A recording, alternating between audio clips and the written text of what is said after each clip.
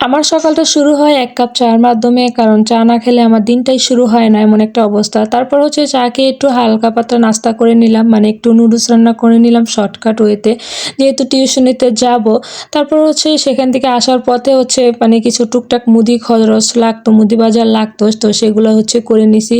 আর বর্তমান যে মানে দ্রব্যমূল্যের এত দাম, মানে এখানে যে প্রায় ৳৮০০ র উপরে মানে বাজার আছে সেটা বোঝাই যায় না, এত দাম। গতকাল যে বুড়িটা কিনে নিয়ে আসছিলাম সেটা হচ্ছে সিদ্ধ করে রেখে দিছিলাম। তো এখন হচ্ছে এটাকে মানে পরিষ্কার করে একদম টুকরা, টুকরা করে বক্স করে রেখে দিচ্ছি। মানে অল্প একটুই হইছে, যেহেতু সিদ্ধ করলে এগুলা কমে যায়। তো আজকে দুপুরে রান্না করার জন্য হচ্ছে আমি রুই মাছ কেটে নিছি। তো রুই মাছগুলো হচ্ছে ধুয়ে হলুদ মরিচ দিয়ে মানে রেখে দিছি। তারপর হচ্ছে একটা বেগুন নিছি ভাজি করার জন্য। বেগুনটা অর্ধেকটাই পচা গেছে। তার যতটুকু হইছে ওটাকে হলুদ মরিচ লবণ দিয়ে মেখে রেখে দিছি। এখন হচ্ছে মাছগুলা ভেজে নিচ্ছি তরকারিটা রান্না করার জন্য।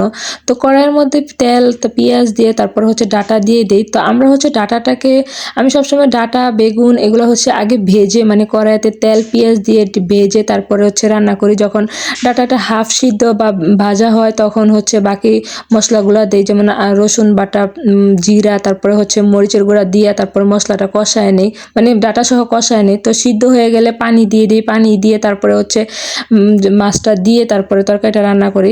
তারপর হাসব্যান্ড কিছু আম আনছিল, এগুলো হচ্ছে গুছিয়ে নিচ্ছি। তো আজকের ভিডিওটা এই পর্যন্ত। সবাই ভালো থাকবেন, সুস্থ থাকবেন। আল্লাহ হাফেজ।